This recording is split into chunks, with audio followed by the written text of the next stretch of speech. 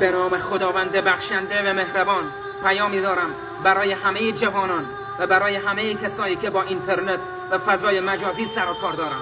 پیام من اینه که مراقب گناهان جاریه باشید. امروز گناه کردن مثل آب خوردن راحت شده. مثلا شما یک موسیقی رو در داستانتون اشتراک گذاری میکنید، حداقل 100 نفر این داستان شما را تماشا میکنند و این موسیقی که گوش کردنش حرام هست از طریق شما به گوش 100 نفر میرسد. تصور بکنید اگر از این 100 نفری که داستان شما را دیدن فقط 10 نفر این موسیقی شما را اشتراک گذاری بکند چه میشود؟ در نهایت این موسیقی به گوش هزاران نفر میرسد و حالا چه کسی باید بار سنگین این همه گناه را به دوش بکشد؟ همون کسی که از اول این موسیقی را اشتراک گذاری کرد و اینطوری شما به گناه هزاران نفر شریک میشوید. به این میگن گناه جاریه و گناه جاریه تمام نمیشود.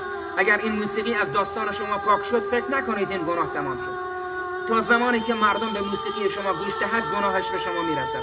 حتی اگر شما بمیرید و این موسیقی شما در فضای مجازی مورد استفاده قرار بگیرد، در زیر خاک هم شما به خاطر این موسیقی عذاب میکشید. خیلی مراقب داستان ها و پست هایی که میذارید باشید.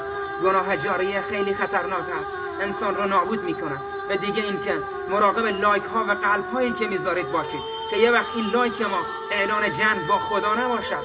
اعلان جنگ با خدا یعنی این که خدا میگه این موسیقی خوب نیست ولی شما لایک میکنید، میگید خیلی خوبه، عالیه.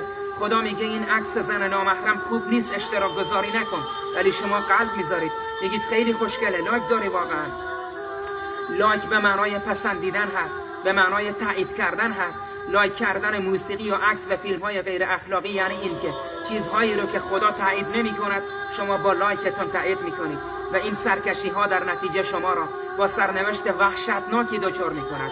ای کسی که عکس و فیلم های غیر اخلاقی رو اشتراک گذاری میکنید، از خدا بترسید فضای مجازی رو از وجود این آشغال ها پر نکنید. از خدا بترسید بیش از این جوان ها را با گناه و معصیت آلوده نکنید. والله محاکمه میشوید. در روز قیامت انگشت های شما شهادت میدهد.